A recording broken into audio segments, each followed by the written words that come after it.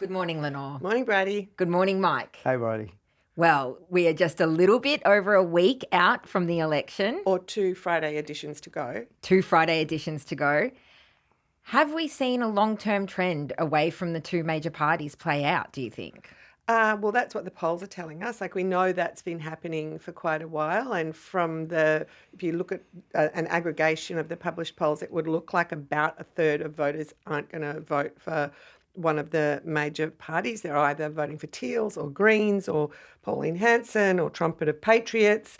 So I think they're really trying to tell the major parties something, that they want something to change. And there's a lot of attention on those inner city teal seats as being, where this trend is happening. But there's also that block of Greens seats that they won in Brisbane. There's also the sort of rural independents. I mean, Cathy McGowan won Indi in 2013, and that hasn't been held by the Conservatives again since then. So I think there is this trend in Australian politics towards minor parties and other parties, and kind of towards people wanting politics to be done differently. And to an extent, I think that's going to continue in this campaign, yeah. While this trend is playing out, is it fair to say that the campaign has been dull, Mike? So a lot of people have said that, and I think when they say that, they're definitely talking about the national campaign, which I think if you're just looking, not going to events in your particular electorate and just watching the TV coverage, as most of us are, or seeing stuff online, I think it has been pretty dull for the most part. That's because we've just seen the two leaders doing very staged, structured press conferences every day in different places. And with sort of detailed policies on the same sorts of things, this bit of housing or that bit of housing, 25 cents off petrol, or this $5 tax cut, like it's... Not terribly visionary policies, whatever their individual merits. And 3 debates where it's been like 2 blokes and some journalists mostly, having back and forth, mostly reiterating their talking points despite the best efforts of the interviewers. It hasn't been fantastically exciting. But I think we should say, firstly, there are some good points about having a not exciting election. We're not talking about the elections being rigged. We're not talking about the rise of terrifying parties coming out of nowhere with very extreme policies, as they are in many other countries at the moment. If the times globally were quieter and the Australian economy was kind of structurally in a better place, having a dull campaign with not wildly different major parties competing wouldn't be the worst thing, but and compared with the world, boring might not be so bad. There's something to be said for boring, but there's also ways that it could be more interesting that would also be more productive. But I think when I talk to people, it's not even so much boring as disappointing. Like, when you look at the size of the challenges that we're facing domestically and internationally, and then you look at the size and scope of the policies we're being offered, there seems to be like quite a big gap between there. Like, it's sort of cautious policies in the right areas usually, but trying to solve really big problems. And I think people are a bit disappointed about that, which brings us back to the minor parties and the Teals, who often want bigger change. Well, all of the minor parties really often want bigger, more substantive change. Yeah. So what have they been talking about, the minor parties and independents? Well, it depends which ones you like. A wide variety of things. It's a very disparate spread right across the political spectrum, from right out to, I don't know if we really include Clive Palmer's new party in the credible parties. They've spent a lot of money, but their policies are perhaps not that well developed, but certainly to One Nation, which is obviously a long established party in Australia. They have policies, whether you agree with them or not. And they've been talking about climate is one very obvious one that a lot of the independents, not just the Teal independents, but also the regional independents have been talking about a lot. That's something that was a big driver of their support at the last election, and potentially will be again, I think.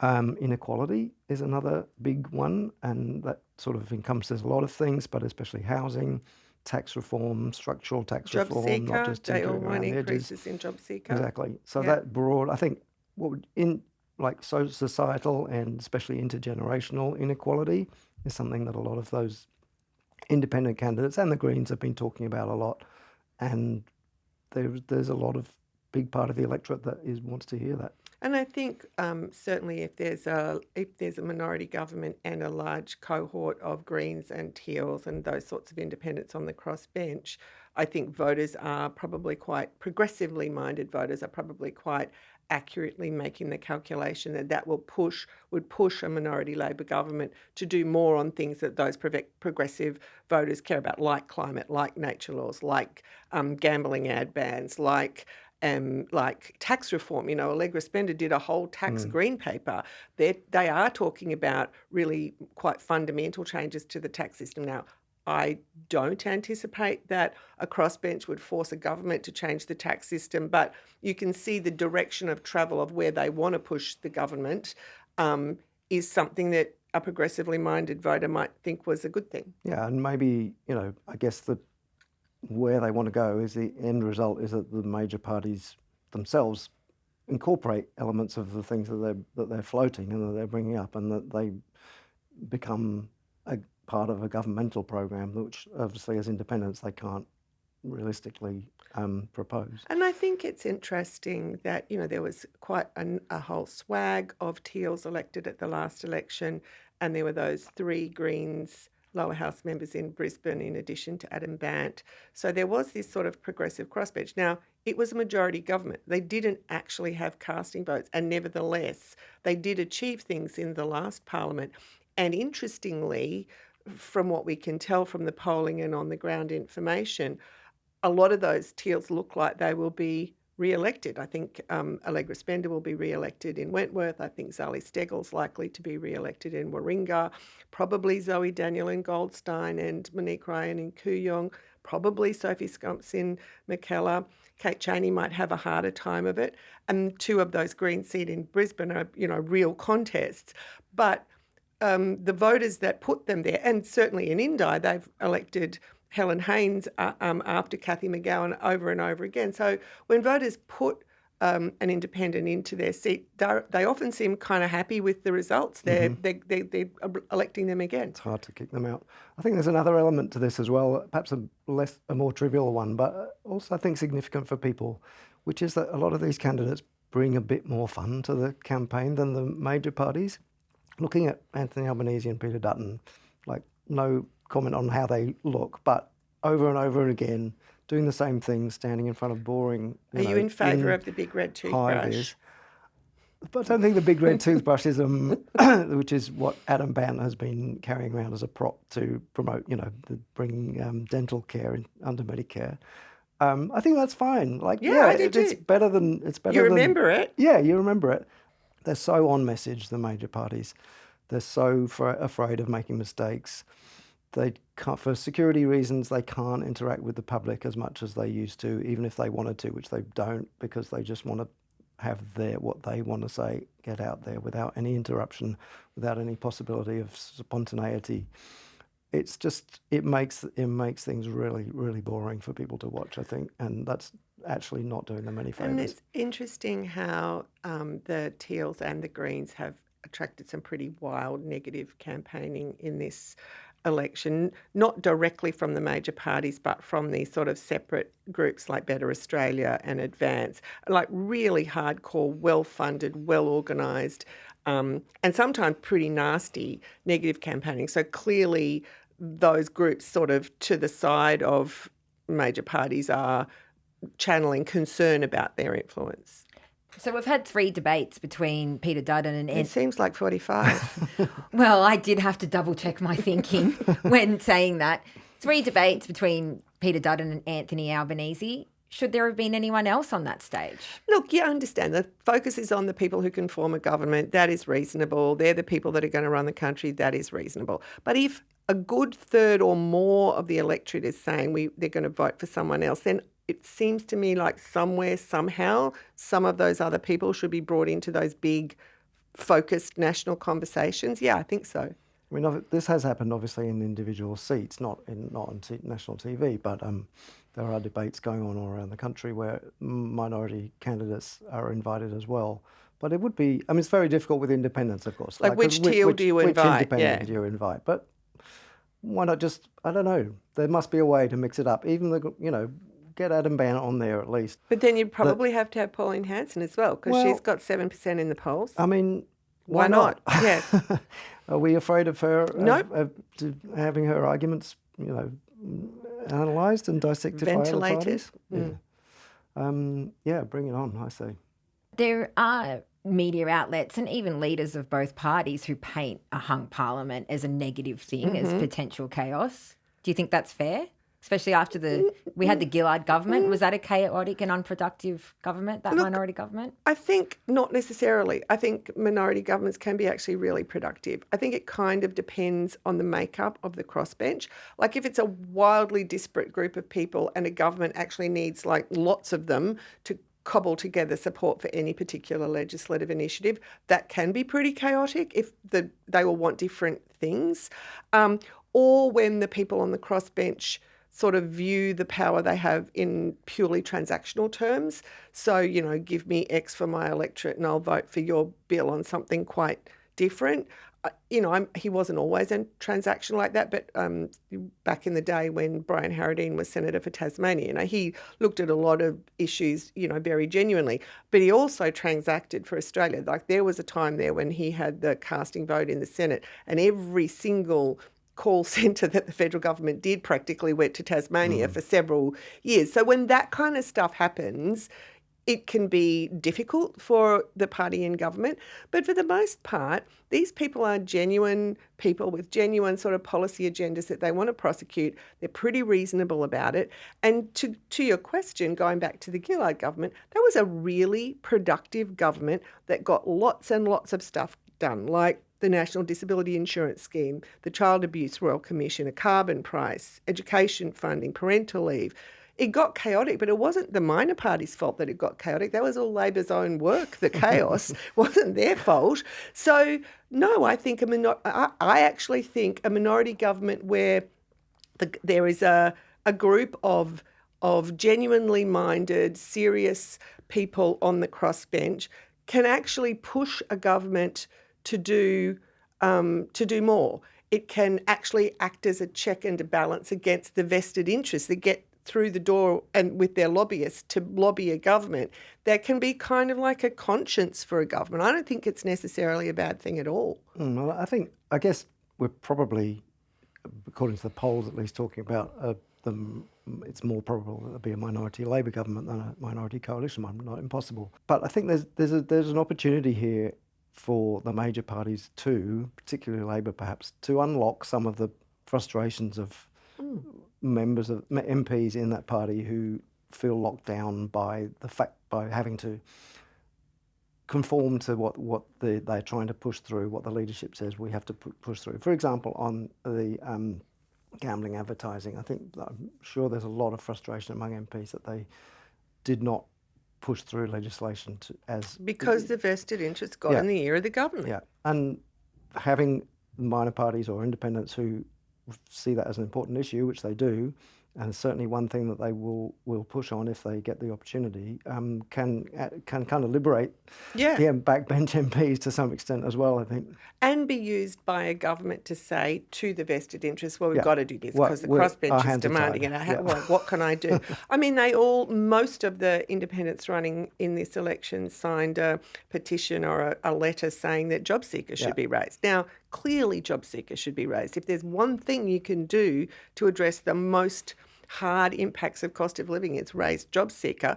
Maybe they could actually push whatever government comes out of this election, to do that. You mentioned, Mike, before that the polls point to a likely Labor minority government, but do we think that there is a party that the independents are more likely to negotiate with into minority government?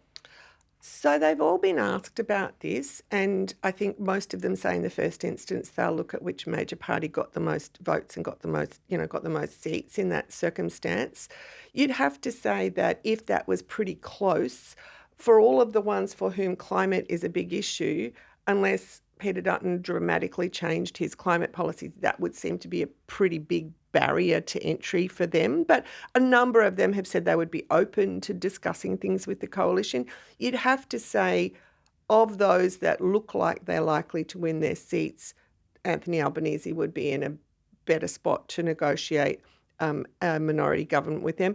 And we have to say, looking at the way the polls are going, it's not out of the question that he might form majority government.